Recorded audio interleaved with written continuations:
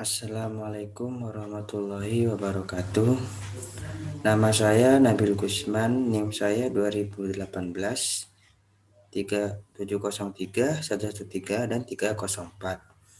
Nah, di sini saya akan menjelaskan tentang tugas UTS yang saya telah buat atau yang telah saya cari di jurnal internasional. Nah, pertama-tama di latar belakang penelitian yang saya telah cari ini adalah tujuan dari penelitian ini adalah untuk menentukan alat screening gizi yang paling tepat dalam hal validitas dan reliabilitas untuk mengidentifikasi risiko malnutrisi pada lansia yang tinggal di masyarakat. Nah, lalu apa saja kriteria yang dipilih dalam artikel ini? Lalu yang pertama itu ada alat screening untuk mengidentifikasi risiko malnutrisi yang dijelaskan. Nah, lalu yang kedua itu pengembangan dan validasi alat screening nutrisi dijelaskan.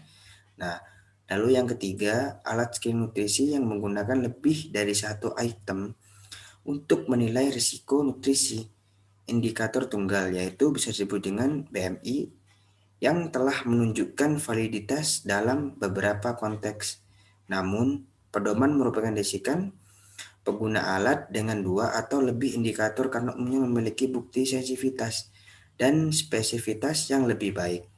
Nah, lalu yang keempat ini ada alat screening nutrisi yang menyaring malnutrisi energi protein. Jadi MIS definisinya itu seperti energi atau protein dan atau yang kekurangan gizi. Nah, lalu yang kelima, kriterianya itu berikut diterapkan pada tahap akhir proses ketika semua artikel yang relevan telah diperoleh menggunakan strategi pencarian. Nah, lalu yang keenam ini ada alat ini dikembangkan untuk atau digunakan dalam populasi masyarakat yang tinggal. Nah, lalu yang ketujuh ini pencarian terbatas pada orang dewasa atau bisa disebut yang lebih tua atau lansia, yaitu yang di atas 65 tahun yang menghasilkan beberapa artikel yang menyatakan peserta yang 65 tahun tetapi dengan usia rata-rata 65 tahun ke atas. Nah, lalu itu untuk kriteria yang dipilih dalam artikel ini. Nah, lalu yang dilakukan apa kriteria eksklusi yang dibutuhkan dalam penelitian. Nah, yang pertama itu tidak berbahasa Inggris. Nah, lalu yang kedua anak-anak atau pediatri. Nah, lalu yang ketiga itu kondisi klinis khusus. Misalnya itu seperti kanker, sklerosis multiple, lalu Alzheimer dan lain-lain. Nah, lalu untuk pengaturan klinisnya itu misalnya jadi itu pembedahan pasien yang dirawat di rumah sakit. Jadi pembedahan itu dilakukan hanya untuk yang dirawat di rumah sakit atau populasi misalkan terjadinya itu kanker dan Alzheimer. Nah, kecuali jika pengembangan asli, alat dikembangkan dalam pengaturan ini kemudian disesuaikan dengan komunitas tempat tinggal. Nah, lalu yang terakhir itu ukuran sampelnya itu sangat kecil, kurang lebih dari 100. Nah, itu yang kriteria untuk yang dibutuhkan dalam penelitian ini. Lanjut, apa pencarian penelitian yang relevan pada jurnal? Nah, yang relevan pada jurnal itu adalah dalam tinjauan ini diperoleh melalui database elektronik dan dengan pencarian manual dari artikel relevan yang terdaftar dalam daftar referensi publikasi utama. Nah, lalu database elektronik ini Medline, PubMed, ChinaHL, dan Cochrane Library dicari dengan menggunakan kata malnutrisi, screening multipage, mini penilaian gizi, bentuk singkat, alat screening malnutrisi, universal, alat screening assessment, reliabilitas, lalu validitas, lalu yang terakhir spesifitas dan sensitivitas. Nah, lalu pedoman praktik berbasis bukti untuk pelaksanaan ini gizi malnutrisi pada pasien dewasa di seluruh continuum of care menyoroti alat screening nutrisi yang valid di lingkungan masyarakat. Nah, jadi oleh karena itu alat ini juga dimasukkan sebagai istilah pencarian individu. Nah, jadi database ini dicari untuk periode hingga Juli 2009. Nah, lalu judul dan abstrak diperiksa dan jika abstrak memenuhi kriteria inklusi, teks lengkap artikel diambil. Nah, jadi seperti itu. Lalu, apa penilaian kritis, ekstraksi data, dan analisis pada jurnal? Jadi, relevansi dari setiap artikel yang diambil nilai awalnya melalui abstrak dan kemudian artikel lengkap diperoleh. Pada tahap ini kriteria inklusi akhirnya diterapkan menghasilkan publikasi yang melibatkan pengembangan dan validasi screening. Nah, lalu nutrisi ini untuk orang dewasa saja atau bisa disebut dengan yang lebih tua. Di tempat tinggal komunitas atau pengaturan alternatif itu jika alat kemudian disesuaikan dengan pengaturan komunitas. Lalu kekuatan bukti dinilai dengan menggunakan sistem penilaian tingkat bukti yang direkomendasikan oleh the National Health and Medical Research Council, nah, atau bisa disebut dengan EHMRC. Nah, dengan menggunakan kriteria diagnosis, data berikut untuk setiap artikel diinstruksi, tingkat bukti populasi, pengaturan ukuran sampel metodologi, dan metode instrumen tes dan referensi, hasil dan temuan utama. Nah, lalu untuk yang analisis dan perbandingan lebih lanjut dari temuan dilaporkan di bawah ini. Jadi tabel ringkasan ini disajikan dalam kategori sesuai dengan alat penyaringan yang berbeda. Jadi itu untuk penilaian kritisnya pada analisis jurnal tersebut. Lalu, apa hasil dari penelitiannya ini? Nah, hasil dari penelitian ini adalah pencarian database asli menghasilkan 281 catatan dengan kriteria inklusi akhir dari populasi tempat tinggal komunitas dan orang dewasa yang lebih tua usianya jadi kurang lebih 65 tahun.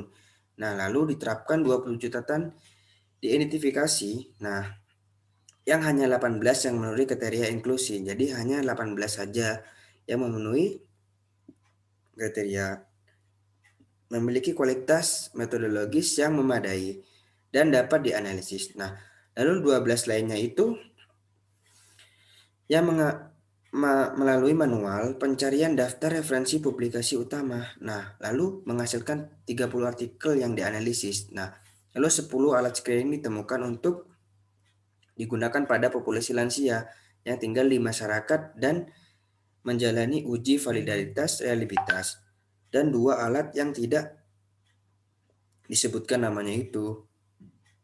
Lalu bagian berikut memberikan analisis kritis dari setiap alat dan publikasi. Lalu faktor resiko yang digunakan dalam penelitian ini adalah baik jumlah jenis faktor resiko yang digunakan dalam alat screening bervariasi. Penggunaan antrometri adalah fitur utama dari banyak alat. Jadi dalam banyak kasus pengukuran ini langsung diukur dengan menggunakan teknik standar untuk mengurangi kesalahan pengukuran. Namun data yang dilaporkan sendirinya. Jadi terutama untuk perubahan berat jadi menyebabkan kesalahan dan oleh karena itu mungkin tidak akurat. Jadi penggunaan BMI itu sebagai prediktor itu risikonya morbiditas dan mortalitas di usia sangat tua baru-baru ini dipertanyakan. Nah, batasan BMI termasuk kesalahan dalam pengukuran tinggi dan berat badan, jadi dapat efek postur tubuh yang seperti hiposis. Jadi yang penting itu dipertimbangkan pada populasi yang lebih tua. Jadi bagaimana pernah Miller et al. Sejak itu memberikan bukti untuk penggunaan BMI sebagai indikator yang sederhana dan cepat dari status gizi. Lalu itu menyoroti kemampuan prediktifnya, jadi di bidang fraktur kerapuhan dan semua menyebab kematian. Nah, lalu banyak faktor risiko lain, khususnya asupan makanan, faktor yang mempengaruhi asupan makanan, akses ke makanan, dan faktor sosial, semuanya melibatkan tindakan subjektif yang bergantung pada pelaporan diri dari peserta. Nah, lalu yang dapat membatasi keakuratan hasil selain itu, parameter ini khususnya asupan makanan seringkali bervariasi dan mungkin tidak mencerminkan pola atau kebiasaan yang sebenarnya. Jadi, oleh karena itu, meskipun ada bukti yang jelas yang menunjukkan bahwa faktor-faktor risiko gizi ini terkait dengan gizi kurang, penting untuk mempertimbangkan batasan dari tindakan-tindakan ini. Nah, lalu apa itu terminologi pada penelitian ini? Jadi dalam hal pengujian validitas, beberapa studi tidak menjelaskan saat pengujian yang dilakukan, baik Keller et al. Dan Keller et al.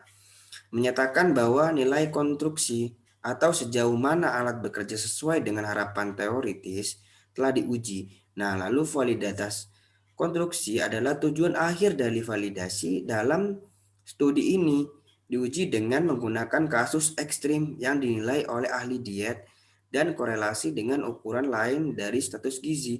Oleh karena itu membedakan validitas yang menguji apakah dua konstruksi berbeda dan validitas ini konvergen, jadi yang mengukur konsisten internal dalam satu konstruksi.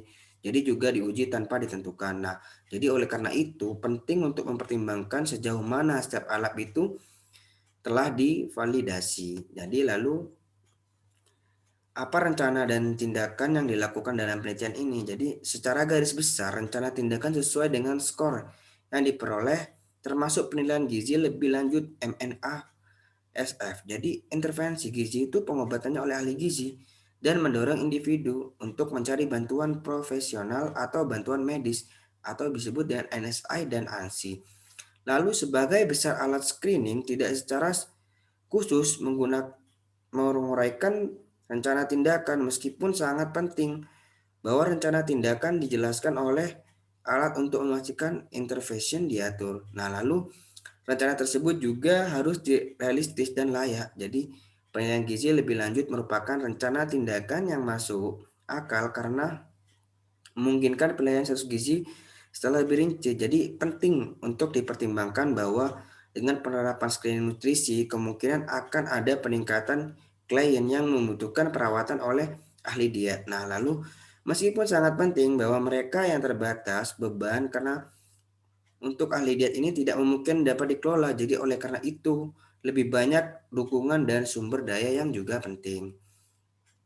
Lalu kesimpulan dari semua yang ini yang saya jelaskan ini adalah malnutrisi pada lansia merupakan perhatian yang sangat signifikan dalam hal hasil kesehatan yang buruk ini adalah karena itu.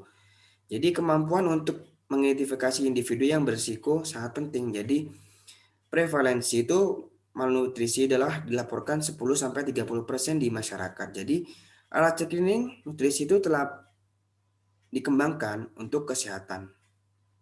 Jadi meskipun beberapa alat telah dikembangkan, sebagian besar itu belum menjalani pengujian intensif yang mendemonstrasikan kemampuan dalam mendeteksikan risiko nutrisi. Lalu sehingga sulit untuk memilih alat yang sesuai untuk digunakan dalam praktik. Jadi reliabilitas itu jadi validitas atau sensitivitas, spesifitas, dan akseptabilitas. Jadi alat screening ini harus mempertimbangkan sebelum penerapan alat ini. Jadi tes yang digunakan untuk memeriksa parameter ini harus dinyatakan dengan jelas dari alat yang dinilai untuk digunakan dengan orang dewasa atau bisa disebut yang lebih tua dalam pengaturan komunitas. Jadi MNASF itu tampaknya paling sesuai. Jadi meskipun pengujian data ini lebih lanjut, validasi ini lanjutannya melalui studi metodologi yang baik yang perlu dilakukan.